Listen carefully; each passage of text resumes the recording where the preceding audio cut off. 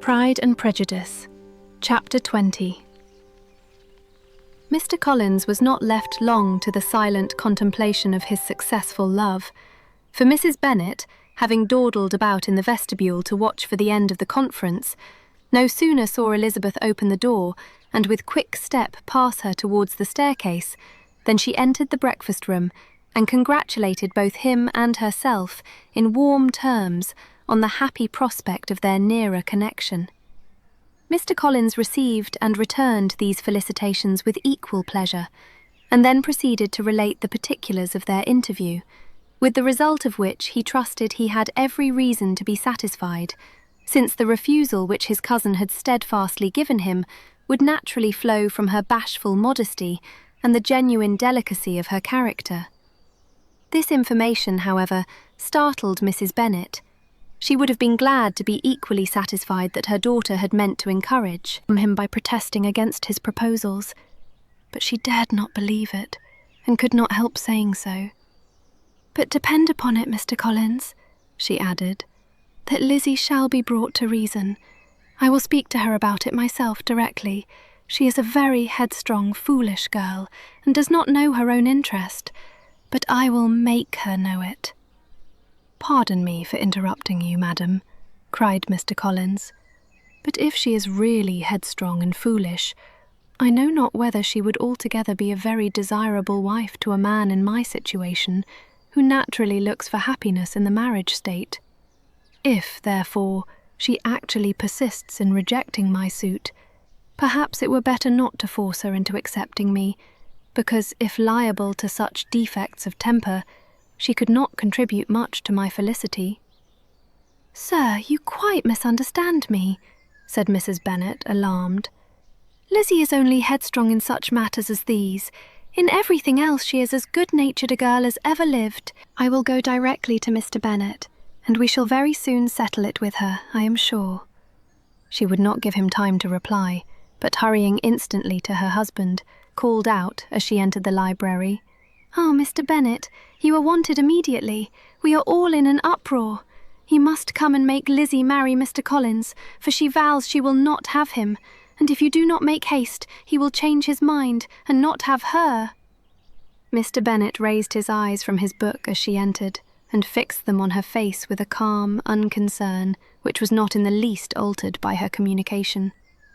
"I have not the pleasure of understanding you," said he, when she had finished her speech. "Of what are you talking?" "Of Mr. Collins and Lizzie.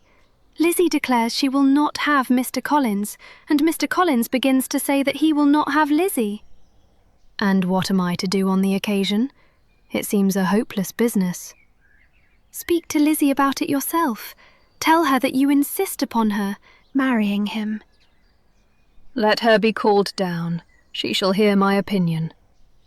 Mrs. Bennet rang the bell, and Miss Elizabeth was summoned to the library. "Come here, child," cried her father as she appeared. "I have sent for you on an affair of importance. I understand that Mr. Collins has made you an offer of marriage. Is it true?" Elizabeth replied that it was. "Very well. And this offer of marriage you have refused?" "I have, sir." "Very well. We now come to the point. Your mother insists upon your accepting it. Is it not so, Mrs. Bennet?" "Yes, or I will never see her again." "An unhappy alternative is before you, Elizabeth. From this day, you must be a stranger to one of your parents. Your mother will never see you again if you do not marry Mr. Collins, and I will never see you again if you do." Elizabeth could not but smile at such a conclusion of such a beginning, but Mrs. Bennet, who had persuaded herself that her husband regarded the affair as she wished, was excessively disappointed. "What do you mean, Mr. Bennet, by talking in this way? You promised me to insist upon her marrying him." "My dear," replied her husband, "I have two small favours to request. First, that you will allow me the free use of my understanding on the present occasion, and secondly, of my room. I shall be glad to have the library to myself as soon as may be." Not yet, however, in spite of her disappointment in her husband, did Mrs. Bennet give up the point. She talked to Elizabeth again and again, coaxed and threatened her by turns. She endeavoured to secure Jane in her interest, but Jane, with all possible mildness, declined interfering, and Elizabeth, sometimes with real earnestness and sometimes with playful gaiety, replied to her attacks. Though her manner varied, however, her determination never did. Mr. Collins, meanwhile, was meditating in solitude on what had passed. He thought too well of himself to comprehend on what motive his cousin could refuse him, and though his pride was hurt, he suffered in no other way. His regard for her was quite imaginary, and the possibility of her deserving her mother's reproach prevented his feeling any regret. While the family were in this confusion, Charlotte Lucas came to spend the day with them. She was met in the vestibule by Lydia, who, flying to her, cried in a half-whisper, "I am glad you are come, for there is such fun here. What do you think has happened this morning? Mr. Collins has made an offer to Lizzie, and she will not have him." Charlotte had hardly time to answer before they were joined by Kitty, who came to tell the same news. And no sooner had they entered the breakfast-room, where Mrs. Bennet was alone, than she likewise began on the subject, calling on Miss Lucas for her compassion, and entreating her to persuade her friend Lizzie to comply with the wishes of her family. "Pray do, my dear Miss Lucas," she added in a melancholy tone, "for nobody is on my side. Nobody takes part with me. I am cruelly used. Nobody feels for my poor nerves." Charlotte's reply was spared by the entrance of Jane and Elizabeth. "Aye, there she comes," continued Mrs. Bennet, "looking as unconcerned as may be, and caring no more for us than if we were at York, provided she can have her own way. But I tell you what, Miss Lizzie, if you take it into your head to go on refusing every offer of marriage in this way, you will never get a husband at all, and I am sure I do not know who is to maintain you when your father is dead. I shall not be able to keep you, and so I warn you. I have done with you from this very day. I told you in the library, you know, that I should never speak to you again, and you will find me as good as my word. I have no pleasure in talking to undutiful children.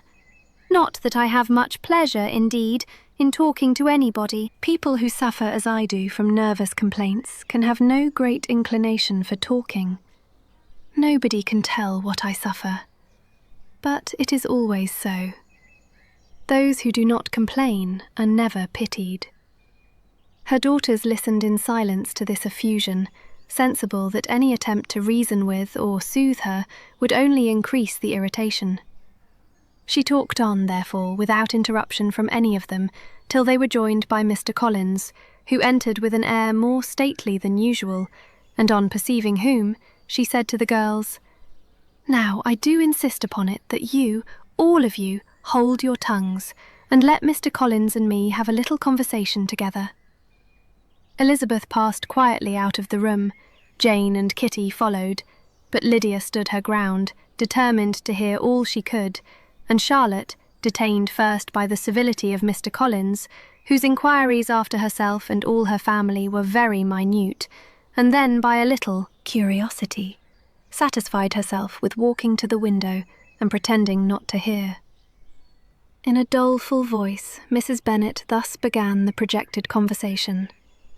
"Oh, Mr. Collins!" "My dear madam," replied he, "let us be for ever silent on this point. Far be it from me," he presently continued, in a voice that marked his displeasure, "to resent the behaviour of your daughter. Resignation to inevitable evils is the duty of us all, the peculiar duty of a young man who has been so fortunate as I have been in early preferment, and, I trust, I am resigned. Perhaps not the less so from feeling a doubt of my positive happiness had my fair cousin honoured me with her hand, for I have often observed, that resignation is never so perfect as when the blessing denied begins to lose somewhat of its value in our estimation.